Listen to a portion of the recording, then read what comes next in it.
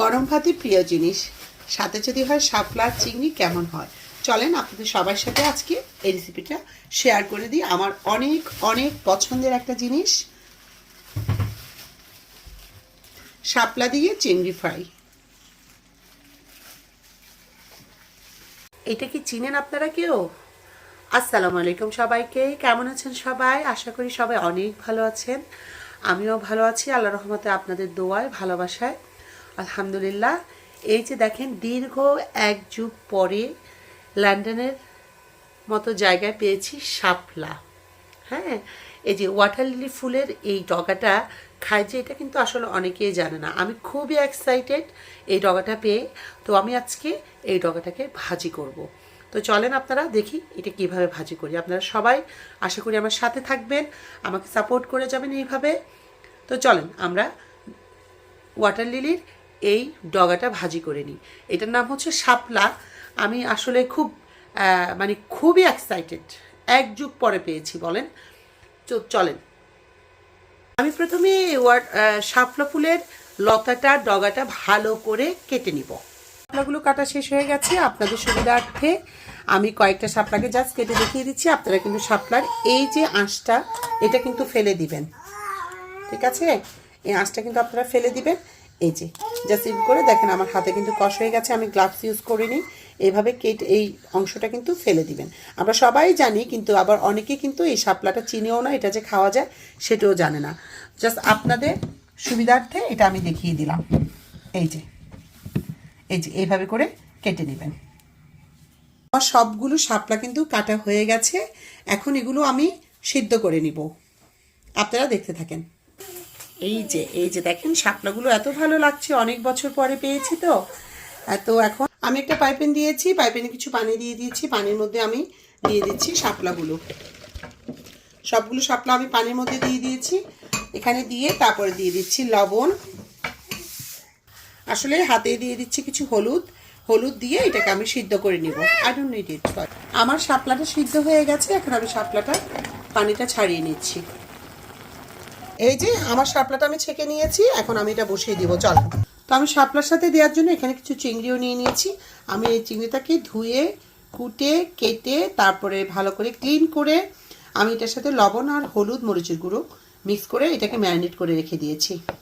এটাতে আমি তেল দিয়ে দিয়েছি। আসলে আমি এখানে কোনো আর্টিফিশিয়াল কোনো কিছু শো করতে আসিনি।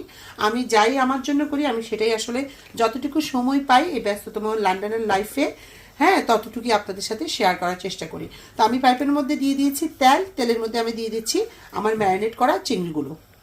এই যে আমার ম্যারিনেট করা চিংড়িগুলো দিয়ে দিয়েছি।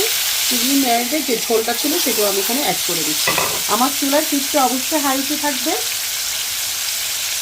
আর হচ্ছে শাপলাগুলো যেহেতু আমি সিদ্ধ করে নিয়েছি, শাপলাগুলো অলমোস্ট হয়ে গেছে। আপনারা জানেন সিদ্ধ করা শাপলা অলমোস্ট হয়ে যায়, শাপলা খুব তাড়াতাড়ি কুক হয়ে যায়। আমি চিংড়িগুলোকে একটু ভালো করে ফ্রাই করে দিচ্ছি। চুলার আগুনটা অবশ্যই হাইতে থাকবে।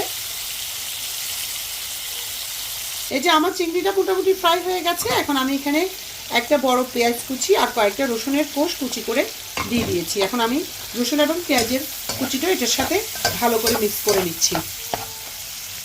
আমি জাস্ট অ্যাডজাস্টমেন্টের জন্য এখানে কিছু কালো জিরা অ্যাড করে দিয়েছি। আপনারা মন চাইলে কালো জিরা দিবেন, মন না চাইলে কালো জিরা দিবেন না। এটা কোনো কম্পালসারি না যে দিতেই হবে। আমার ভালো লাগে এবং ভালো লাগে সেজন্য আমি দিয়েছি আসলে। এই যে কালো জিরাটা দিয়ে দিয়েছি। এরপরে দিয়ে দিচ্ছি কিছু কাঁচামরিচ ফালি করে। এই যে খুব স্মুথলি আমার চিংড়ি ফ্রাইটা হয়ে যাচ্ছে। শাপলার জন্য রেডি করছি।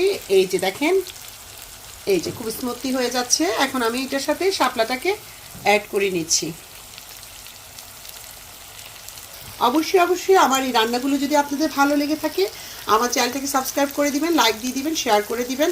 অবশ্যই মনে করে দিবেন। আপনাদের সকলের প্রতি, যারা আমাকে সাপোর্ট করছেন, সবার প্রতি অনেক কৃতজ্ঞতা, ভালোবাসা, সালাম, বিনম্র শ্রদ্ধা। তো আমি এখন শাপলাগুলো অ্যাড করে নিচ্ছি। এই যে 10 বছর পরে পাওয়া শাপলা এখন দিয়ে দিচ্ছি চিংড়িগুলোর সাথে। দিয়ে দিয়েছি। চিংড়িগুলোর সাথে শাপলাগুলোকে দিয়ে আমি ভালো করে নেড়ে চেড়ে এগুলোর সাথে মিশিয়ে নিচ্ছি। হবে নাকি সবাই গরম ভাতের সাথে শাপলা? আমার তো জিভে জল এসে গেছে, আমার জিভে একবারে পানি চলে এসে গেছে। মানে কখন খাবো, সত্যি কথা। আমার খুব পছন্দের জিনিস ভাই, আমি এইসব লতা পাতা খুব পছন্দ করি। সে ছোটোবেলা অনেক খেয়েছি আলহামদুলিল্লাহ, দাদাবাড়ি নানাবাড়ি সব পুকুরেই শাপলা ছিল, আবার বিলের মধ্যেও ছিল, পাশের বাসার বিল টিল অনেক কিছুতেই ছিল, অনেক খেয়েছি। আজকে প্রবাস জীবনে এত বছর পর পেয়ে আমি আসলে খুবই, প্রথমে বলেছি, এক্সাইটেড। দেখেন এই যে, তো মিক্স করে আমি ফাইনালি এটাকে 5 মিনিট ফ্রাই করে রান্না করে নিচ্ছি। তো আলহামদুলিল্লাহ হয়ে গেছে ফাইনালি আমার শাপলাটা। আমি জাস্ট একটু ফ্লেভারের জন্য একটু ধনিয়া পাতা কুচি ছড়িয়ে দিয়েছি। তো এই আর কি, সবাই ভালো থাকবেন, সুস্থ থাকবেন, সুন্দর থাকবেন। আমি কখন ভাত খাবো সেই চিন্তা করছি, কারণ আর ওয়েট করতে পারছি না, হয়ে গেছে। তো আমার জন্য দোয়া করবেন, আপনাদের সবার জন্য দোয়া থাকলো। আসসালামু আলাইকুম সবাইকে। চুলাটা বন্ধ করে দিলাম লবণটা চেক করে। ভালো থাকবেন সবাই। তো একটা জিনিস তো বলাই হয়নি, আগেই বলে দিচ্ছি, এক আটি শাপলার দাম আমাদের এখানে পড়েছে 8 পাউন্ড। 8 পাউন্ড ইকুয়াল করলে কিন্তু বাংলাদেশি টাকায় হচ্ছে এখন প্রায় 1200 টাকার মতো পড়ে। ঠিক আছে, তো দেখেন কত এক্সপেন্সিভ জিনিস আমাদের জন্য।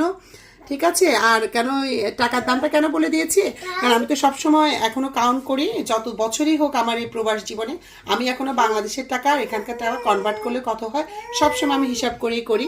তো আমি যেহেতু যদি দাম না বলি, আমার ভাই বোনরা আবার বলবে কি রে আজকে তুই দাম বললি না কেন, সেই জন্য দামটা বলে দিলাম। ঠিক আছে।